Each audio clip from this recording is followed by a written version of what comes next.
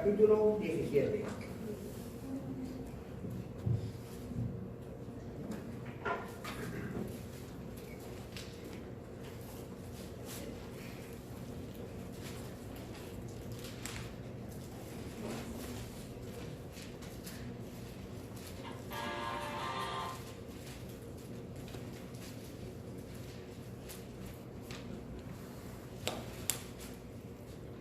Voy a leer del capítulo 1 al 10. Lucas capítulo 17, versículos del 1 al 10. Dice así la palabra del Señor. Luego dijo Jesús a sus discípulos: los tropiezos son inevitables, pero hay de aquel que los ocasiona. Más le valdría ser arrojado al mar con una piedra de molino atada al cuello, que servir de tropiezo a uno solo de estos pequeños. Así que cuídense. Si tu hermano peca, repréndelo, y si se arrepiente, perdónalo. Aun si peca contra ti 7 veces en un día, y 7 veces regresa a decirte me arrepiento, perdónalo. Entonces los apóstoles le dijeron al Señor: aumenta nuestra fe. Si ustedes tuvieran una fe tan pequeña como un grano de mostaza, le respondió el Señor, podrían decirle a este árbol: desarráigate y plantate en el mar, y les obedeciera. Supongamos que uno de ustedes tiene un siervo que ha estado arando el campo o cuidando las ovejas. Cuando el siervo regresa del campo, ¿acaso se le dice: ven enseguida a sentarte a la mesa? No, se le dirá más bien: prepárame la comida y cámbiate de ropa para atenderme mientras yo ceno. Después tú podrás cenar. ¿Acaso se le darían las gracias al siervo por haber hecho lo que se le mandó? Así también ustedes, cuando hayan hecho todo lo que se les ha mandado, deben decir: somos siervos inútiles, no hemos hecho más que cumplir con nuestro deber. Pueden tomar sus lugares, mis hermanos.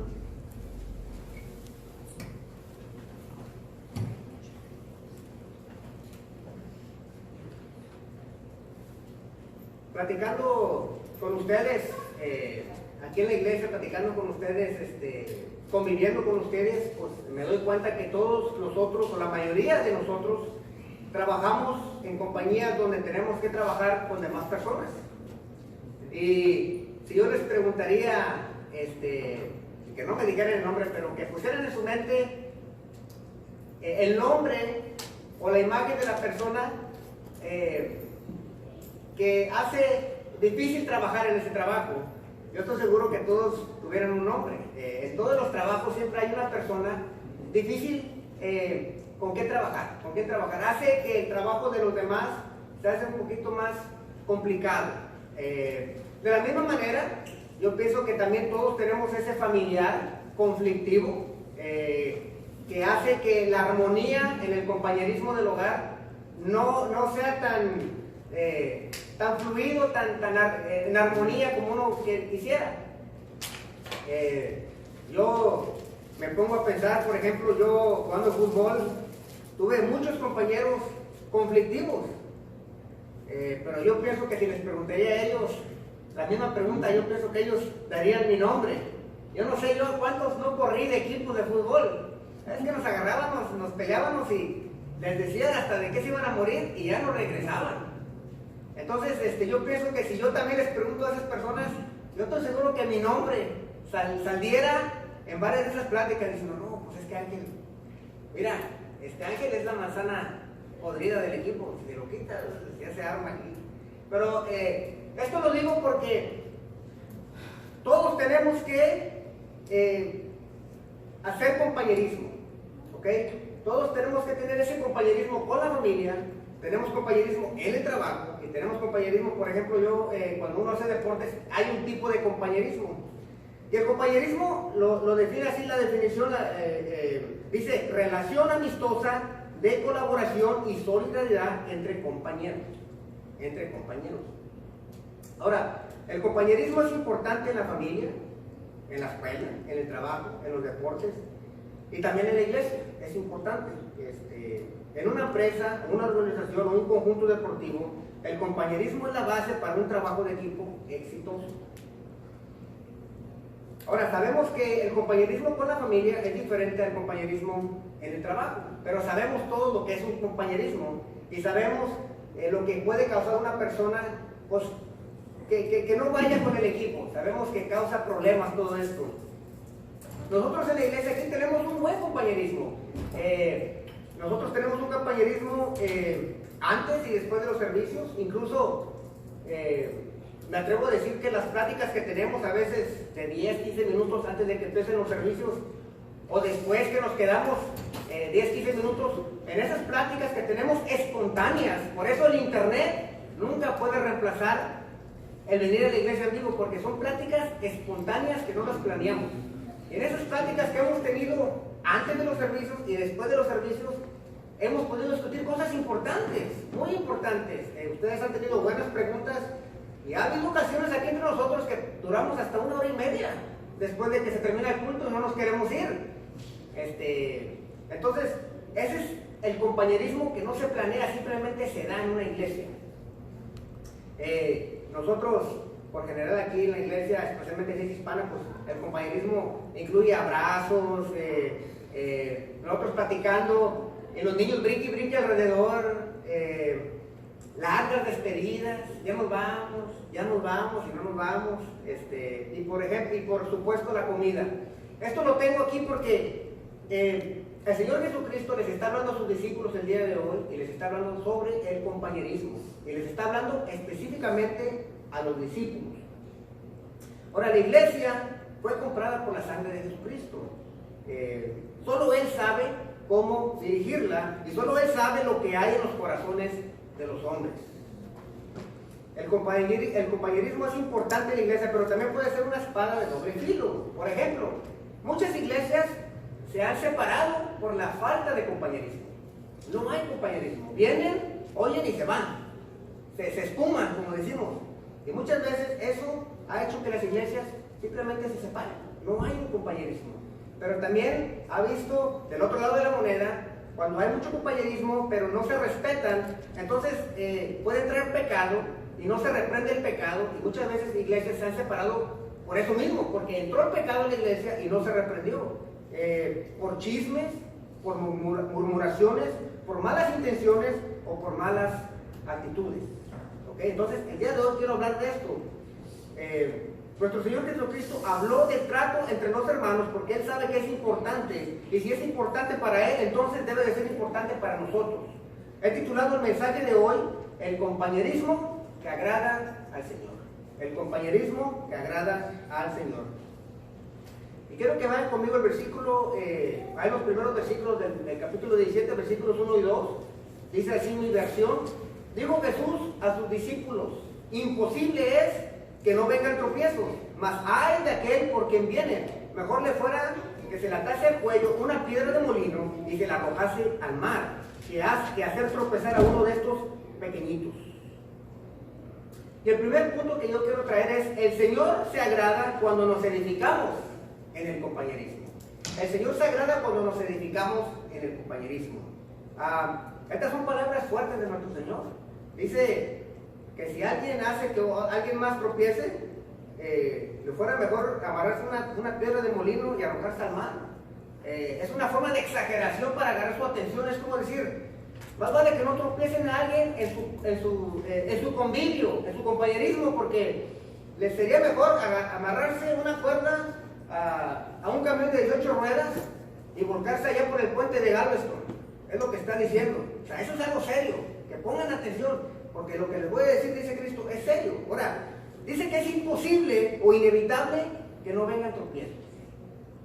Esto lo tenemos que entender cuando compartimos nosotros.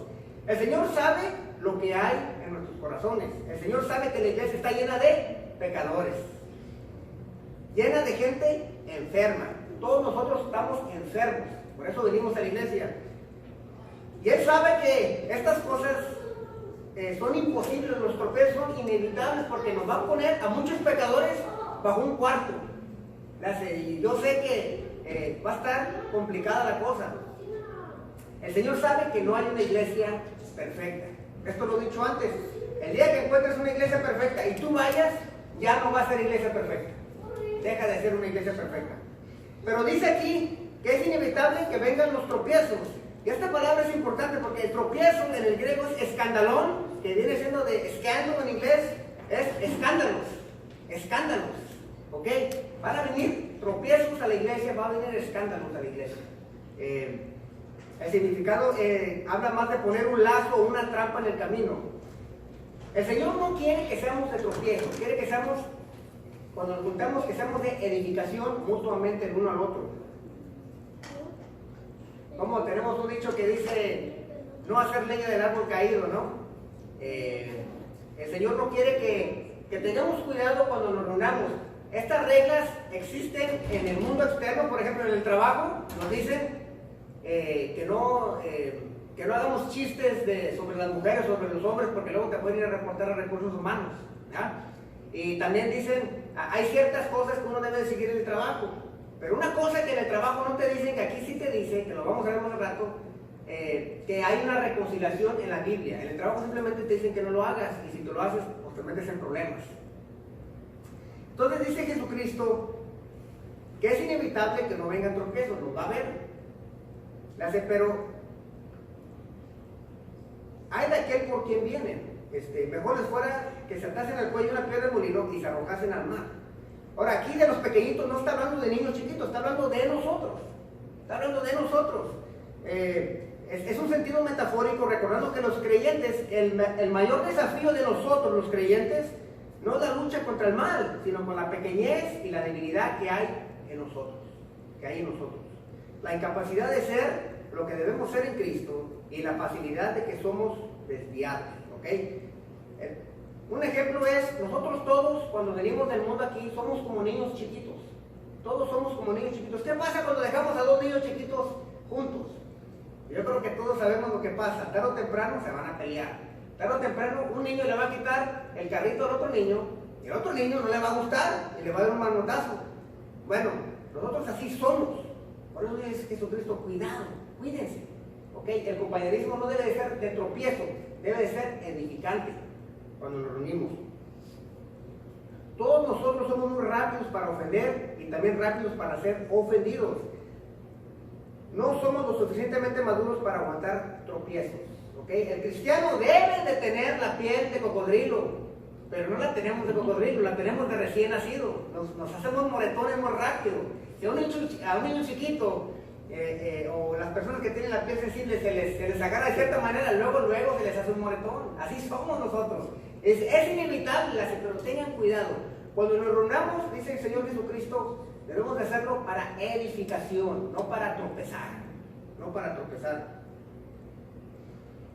Siempre ponen este ejemplo, y lo quiero dar, siempre está la típica que viene el hermano y por qué razón no le saluda al hermano, ¿no? Hay hermanos que se han ido de la iglesia porque no le saludaron. Dice, bueno, hay que tener un poquito más de aguante, dice el Señor. Es inevitable que pasen estas cosas, pero a lo mejor no lo hizo adrede. Tenemos que tener cuidado con esas cosas. Esta historia la dije hace tiempo atrás, pero di el testimonio de una hermana que nos estaba platicando que su hija falleció en un accidente automotriz y falleció, dice que falleció saliendo de su casa, iba a trabajar y un hombre venía borracho y chocaron afuera del neighborhood donde vivían ellos. Y dice que fue difícil, la muchacha tenía 19 años. Dice que la hermana se la pasó, pues obviamente es algo difícil perder un hijo. Solamente el que lo ha pasado puede explicarse lo que siente, ¿no? Pero dice ella que duró 3 meses en su casa de luto, que fue algo fuerte. Y cómo no, perder tu hija de esa manera es algo fuerte, 19 años en su juventud. Pero dice que las hermanas de primero fueron a alentarla. Ella estaba en la femenil, era una iglesia más grande, entonces había varias hermanas que ya se conocían. Pero dice que cuando ya pasaron más tiempo, más de un mes, empezaron a ir a criticarla. Oye, hermana, pues ya salga de la casa, hermana, ya pasó 3 meses, que no tiene fe, ya salga ya que está con Cristo su hija era cristiana, ella está con Cristo. Dice que ella no la alientaron, no la edificaron. Dice que ella mejor, fue tanto el golpe y el tropiezo que mejor decidió salir de esa iglesia. Y nos estaba dando el testimonio a nosotros en una noche de oración. Ahora, ¿por qué les digo esto? Porque el compañerismo debe ser para una edificación, no para tropezar, dice Jesucristo. Cuando la iglesia se reúna, debe de ser para edificarnos. Amén. Dice Por ejemplo, dice Pablo en Corintios, de esta manera pues, pecando contra los hermanos e hiriendo su débil conciencia contra Cristo, pecáis. Entonces tenemos que tener cuidado que cuando nos reunamos, sea para edificación. Sea para edificación. Dice también en Romanos, así que ya no nos juzguemos más los unos a los otros, sino más bien decidir no poner tropiezo o ocasión de caer al hermano. Esta es otra de las citas que da. Ahora, ¿cómo podemos edificarnos nosotros cuando venimos? Se hace una respuesta fácil pero importante. Cada vez que nos reunamos, por eso siempre apuntamos a Cristo. Siempre apuntamos a Cristo. Esa es una de las formas que nos podemos edificar cuando nos reunimos. Otra forma, yo les voy a decir una cosa, nosotros que visitamos a veces, una forma de edificar a un hermano cuando está en dificultades es ir a tomarse un café a su casa. Usted sabe la edificación que es para un hermano que lo van a visitar y que simplemente usted escuche con una tacita de café. Eso es algo grande para un hermano. Muchas veces es todo lo que necesita un hermano. Simplemente alguien que lo escuche. Yo sé que nos ponemos nerviosos a veces porque no, pues yo no soy pastor, yo no sé qué decir. A veces que no tiene que decir nada. A veces que con simplemente ir a visitar al hermano y a oírlo, lo estamos edificando. El ir a visitarlo y si sabe qué hermano, no sé, no tengo consejo, pero quiero orar por usted. Una oración es de gran edificación en la vida de los hermanos. Amén. El orar es importante. Tenemos que recordar que cuando nos reunimos, el Señor se agrada cuando nos edificamos el uno al otro. Varios de ustedes trabajan en la construcción, saben que edificar es poner un bloque arriba del otro, construir. Trabajamos en construcción de los hermanos, no en demolición de los hermanos. Demolición es quebrantar la pared. Nosotros estamos en el negocio de armar, de construir a los hermanos. Esto debe de ser una de las metas cuando todos nos reunimos, especialmente como iglesia. Mire, estaba viendo este video, lo pueden buscar en YouTube cuando ya termine la predicación, pero me llamó mucho la atención. En Sydney, en el año 2000, en los Juegos Olímpicos, siempre invitan a varios países que son pobres, que no tienen atletas, los invitan a participar, les dan una invitación especial. Y dice que invitaron de Guinea a uno que se llamaba Eric Musumbami, ¿ok? Lo invitaron a participar en natación. Dice él que tenía nomás 3 meses de estar practicando natación, pero dice que le llegó la invitación y él aceptó. Dice que nunca había nadado más en una alberca más profesional, nunca había visto una alberca profesional. Dice que él practicaba en una alberquita que tenía en su casa. Dice que lo invitaron, dice que cuando vio la alberca profesional, dice que las corvas le temblaron. Y cuando vio toda la gente, dice que tembló. E iba a ir con 2 profesionales. Este round era para ver cómo clasificaban, en qué línea los iban a poner después. Y el video ahí está. Está él y están los otros 2. Los otros 2 van en su gear muy costoso. Él va en unos calzoncillos regulares para nadar. Y dice que se ponen para aventarse. Y dice que los otros 2 brincaron primero, antes de que sonara el pito, y automáticamente fueron descalificados. Dice que quedó solo y que dice, ya la tengo ganada, lo único que tengo que hacer es nadar, pero nunca había nadado esa distancia tampoco. Entonces dice que se quedó solo, dice que se puso más nervioso porque todos lo estaban viendo. Entonces dice que se aventó el clavado y se ve el video, la primera mitad va como un profesional. Cuando ya pasa la mitad, empieza a terminarse de gas y llega muy apenas a la primera pared. Se da la vuelta y se empuja. Y todos, nadie sabía que no era profesional. Todo el estadio se dio cuenta que se estaba cayendo. Ya no, los comentaristas decían, se va a ahogar. Ya estaba así, ya no daba una. Y todavía le faltaba el recorrido para atrás. Y dice que cuando las gentes se dieron cuenta, toda la gente empezó a aplaudir y a echarle ganas. Lo empezaron a motivarlo. Y dice que él iba, y dice él en la entrevista, que él pensaba que estaba en el mismo lugar, porque ya no sentía, pero sí estaba avanzando. Llega en cámara lenta a tocar la pared del otro lado. y te termina el reloj. Dice que fue 1 minuto y medio más largo que los profesionales. Dice que lo estaban entrevistando y le pusieron un traductor y le dio gracias a la gente. Dice que él ya no iba a acabar, pero dice que el ánimo que le dio la gente hizo que terminara la carrera. Y muchas veces nosotros, hermanos, es lo único que ocupamos, un empujoncito de otro hermano, una edificación de otro hermano. ¿Saben lo que hace Cristo? Es lo mismo. Nosotros vamos a aventarnos a la natación y Cristo ya venció a la muerte y al pecado, ya lo descalificó. Ya la tenemos ganada. Lo único que tenemos que hacer es hacer la natación nosotros. Pero en esa natación nos vamos a cansar, nos vamos a desanimar. Y cuando venimos como congregación nos debemos de animar. Cuando estemos en ese momento, como él dice, yo estaba nadando, pero no parecía que estaba yendo a ningún lado. Muchas veces nos quedamos estancados espiritualmente y decimos, me siento como que estoy en una rutina, me siento como que no estoy avanzando en el Evangelio. Muchas veces nosotros, cuando nos reunimos, debemos de ser de edificación para ese hermano. Y cuando nos toca a nosotros, que ese hermano también nos diga, échale ganas, hermano, no se me quede ahí. Cuando nos reunimos, al Señor le agrada que no seamos piedra de tropiezo, sino que seamos de edificación a nuestro hermano. Amén. Y luego sigue el Señor, versículo 3 dice, mirad por vosotros mismos, si tu hermano pecare contra ti, repréndele, y si se arrepiente, perdónale. ¿Okay? El Señor se agrada cuando nos cuidamos de pecado en el compañerismo. El Señor se agrada cuando nos cuidamos de pecado en el compañerismo. Dice, varias versiones, dice, mirad por vosotros mismos. Dice así, mirad por vosotros mismos. Otra versión dice, así que cuídense, cuídense. Otra dice, estén pues atentos, atentos. Y nos está hablando primero a nosotros mismos. O sea, Ángel, cuídate primero tú. Cuídate de tu propio pecado, Ángel, que está en tu vida. Todos, hermanos, tenemos la capacidad de hacernos daño, porque somos pecadores.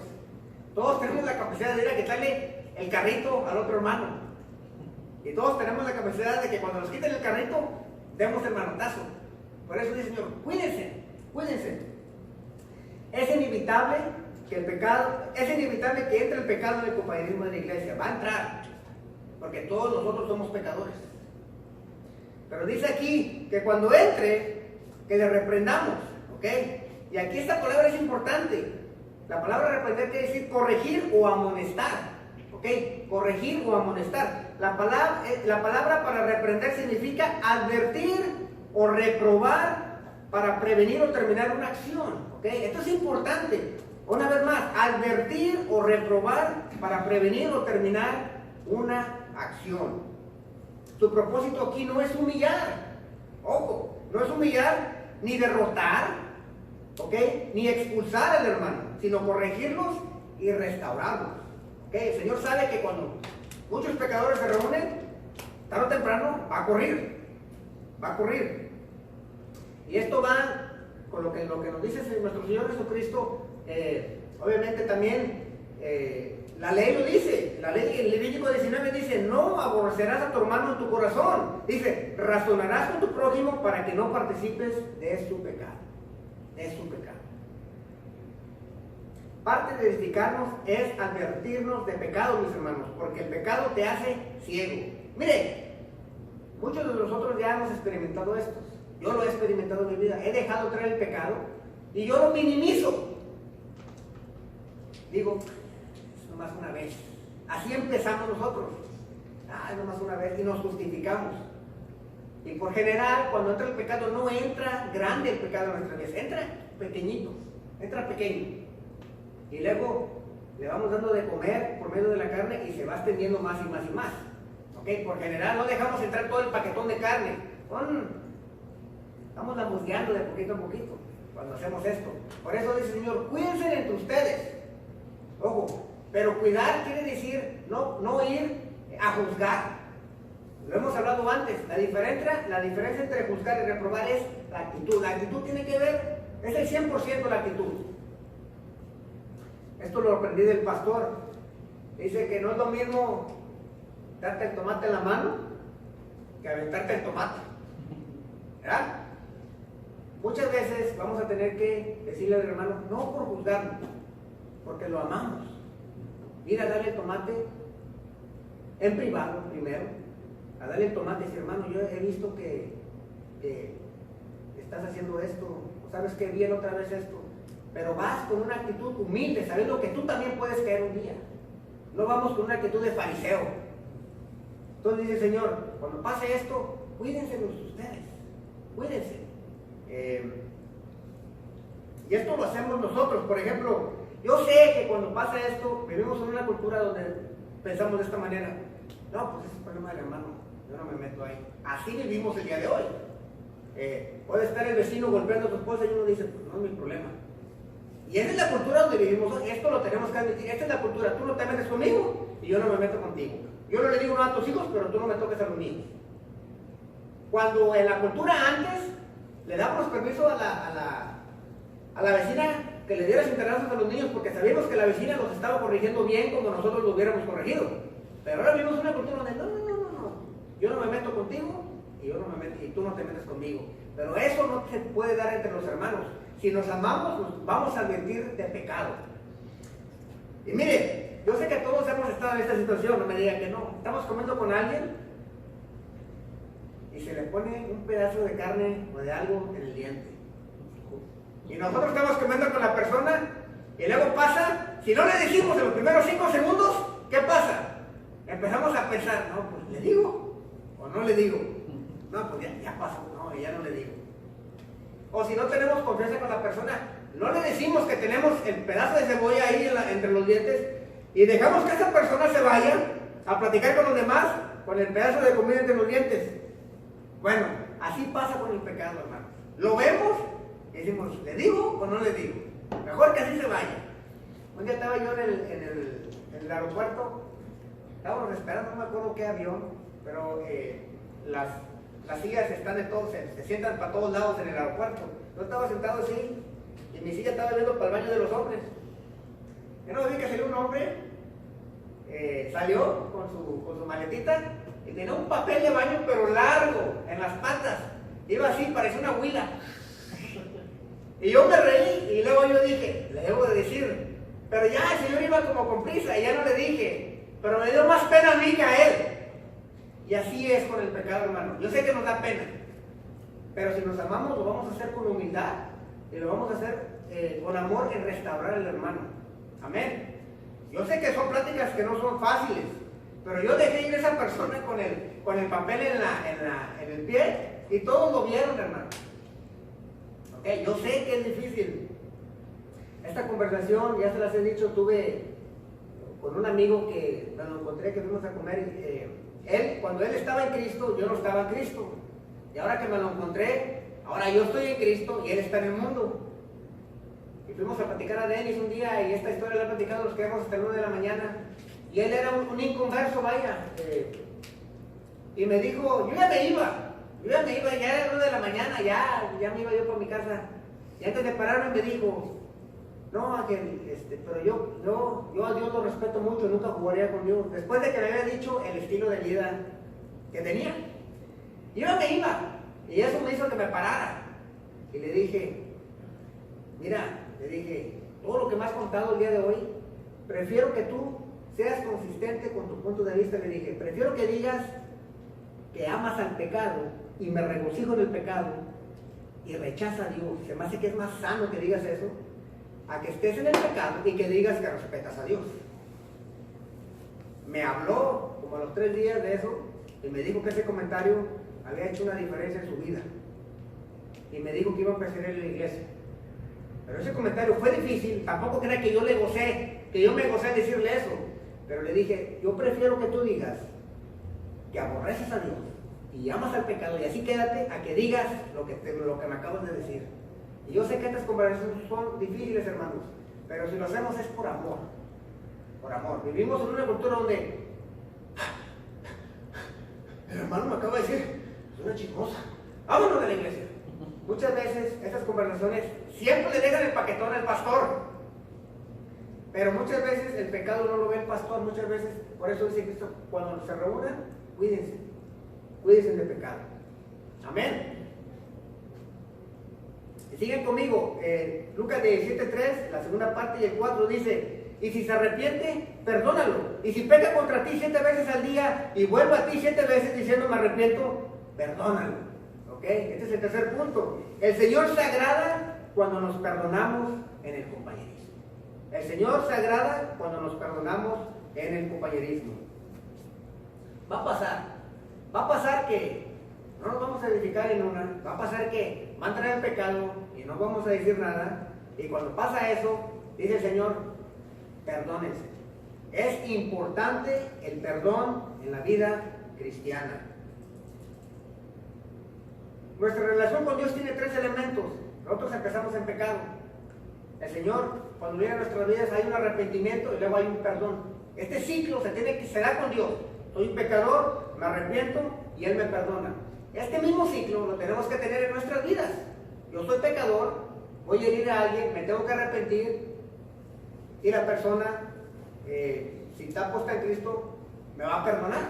Este es un ciclo que tenemos que practicar en la vida cristiana. Por eso decimos, por ejemplo, en el Padre Nuestro, y perdona nuestros pecados porque también nosotros perdonamos a todos los que nos deben. Pero nomás lo decimos, no lo hacemos muchas veces. Nuestro perdón debe de ser como el de Dios, ilimitado, ilimitado. Un espíritu de rencor es una causa de tropiezo en el compañerismo cristiano, y ese escándalo solo puede evitarse cuando los pecados no se cuentan, pero se perdonan. Por eso dice 70 veces 7, o sea, ilimitado. Hay unos chistositos que quieren empezar a contar, pero eso no es lo que quiere decir el Señor. Es perdón ilimitado, ilimitado. Nos debemos de edificar, nos debemos de cuidar, pero cuando inevitablemente pase, nos debemos de perdonar. Amén. El rencor se puede comparar a los sonidos de una campana de esas de la iglesia, el famoso ding dong, ding dong. Dice que para hacer la campana alguien le tiene que estirar a la cuerda y la campana agarra vuelo. Ding dong, ding dong. Y dice que cuando el monaguillo ya la deja ir, pasan un par de minutos y ya no tiene fuerza la campana y ya no le pega a la parte de abajo, al badago, y ya no suena la campana. Cuando nosotros, hermanos, dejamos ir el rencor, ya no suenan las campanas del rencor en nuestro corazón. Pero a nosotros nos gusta acordarnos, ir y jalarle, que se oye más duro. Dice el Señor, perdona, y cuando tú perdonas, dejas ir la cuerda. Y en un tiempo muy corto, ya no vas a oír las campanas, ya no te vas a acordar porque te enojaste. Entonces, todo esto lo hace el Señor porque sabe que somos pecadores y nos vamos a reunir, y por eso nos habla, se lo está diciendo a los discípulos, y nosotros somos discípulos de Cristo. Amén.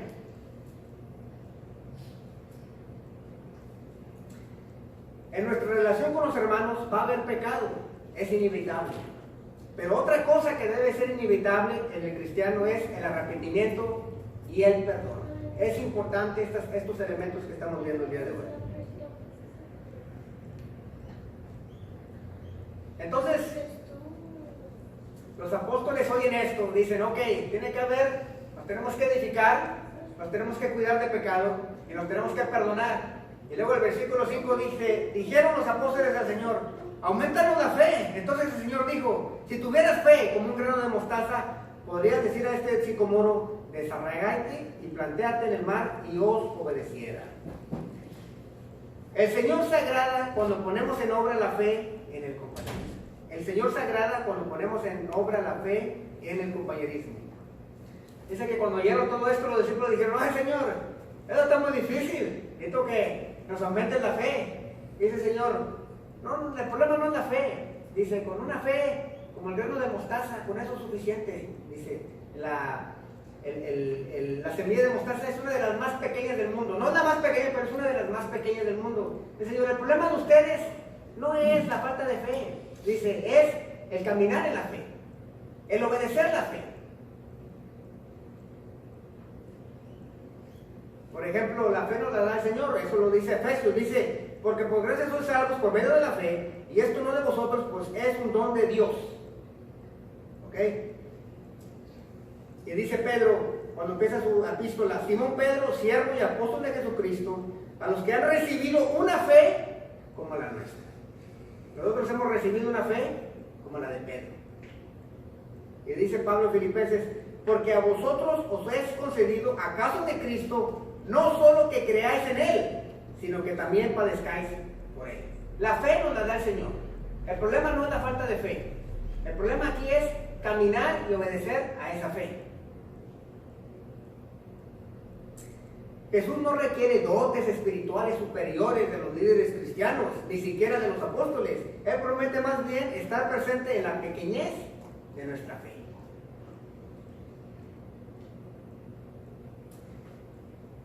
Esto lo digo porque muchas veces estamos en la cultura donde dice, I don't feel like it, no me siento como perdonarlo.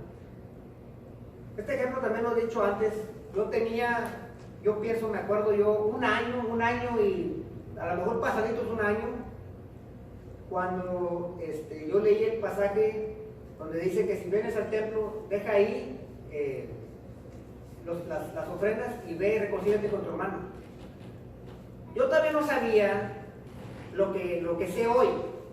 Yo no sabía nada de justificación, de escatología, de todo esto. Pero no tienes que ser un gran conocedor para emplear la fe. Lo que dice el Señor Jesucristo en esa parábola que dijo, la entendí al año de haber nacido de nuevo. No necesité un gran conocimiento. Literalmente dice, si vienes aquí al altar, deja las ofrendas y primero ve y reconcíliate con tu hermano. Eso lo tuve que hacer yo al año de haber nacido de nuevo. ¿Por qué? Eso es caminar en lo que dice el Señor, caminar en la fe. No necesitas ser un pastor ni ir a un seminario para poner en práctica esto. Amén. Entonces dice el Señor, no necesitas mucha fe, simplemente caminar en la fe. Amén. Y esto lo tenemos que recordar, porque en la vida cristiana van a venir pruebas, van a venir disgustos. Y debemos recordar que somos un cuerpo en Cristo Jesús. Y nos tenemos que edificar, nos tenemos que cuidar y nos tenemos que perdonar, pero lo tenemos que hacer en fe. Amén. Amén.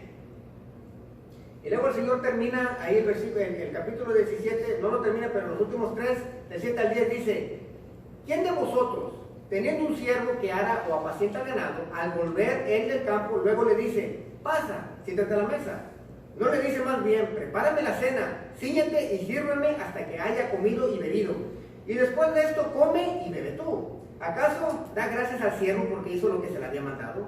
Pienso que no. Así también vosotros, cuando hayas hecho todo lo que os ha sido ordenado, decid, siervos inútiles somos, pues lo que debíamos hacer, hicimos. ¡Wow! Aquí el Señor cierra fuerte con los discípulos, les hace esta parábola y nos dice que nosotros, el siervo atiende a los asuntos de su Señor primero. Esto es algo difícil en nuestra vida.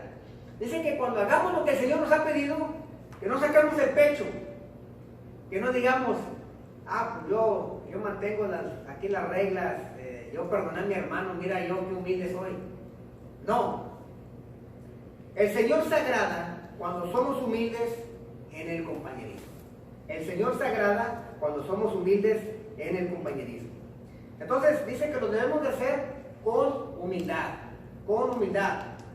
Dice que cuando hagamos hecho todo lo que se nos ha pedido, no tenemos de qué gloriarnos, dice el Señor. El orgullo es un pecado mortal.